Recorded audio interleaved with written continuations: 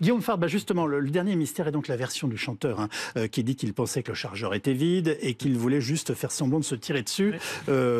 Ça, pour le coup, on ne le saura sans doute jamais. Non, mais ça n'est plus de la procédure judiciaire. Et en fait, le procureur, pour prolonger la question que vous posiez à Laurent, il fait du droit.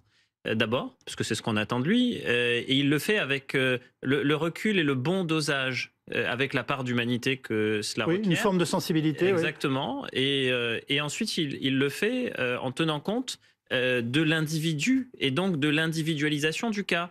Et la justice, c'est pas une justice robotisée, c'est pas une intelligence artificielle, c'est d'abord de l'humanité et des humains. Et en fait, sur le plan du droit, il considère que tenter de se suicider, c'est pas une infraction pénale. Non, Donc il le dit. ça voudrait dire que on va progressivement aller vers la fin des investigations judiciaires et de la procédure judiciaire.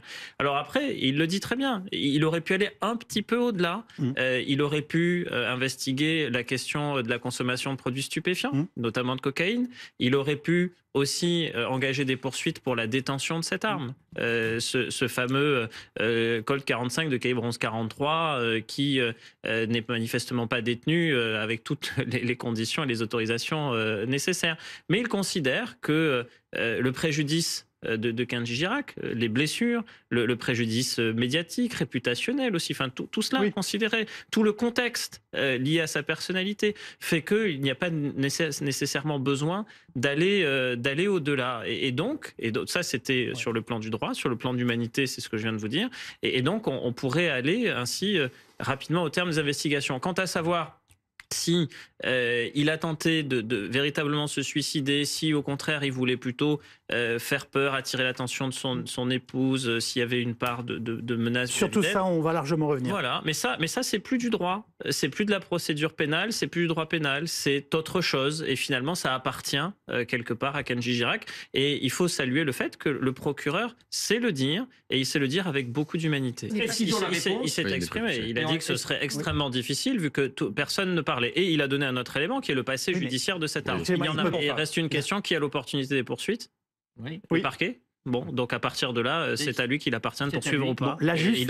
il a donné son avis, il me semble. Alors, mais il n'a pas rendu pardonnez-moi, il n'a pas rendu une ordonnance, quelque chose. D'accord, il fait une conférence de presse. C'est peut-être pas tout à fait de la procédure pénale. C'est dans le code de procédure pénale. La justice n'a absolument pas vocation...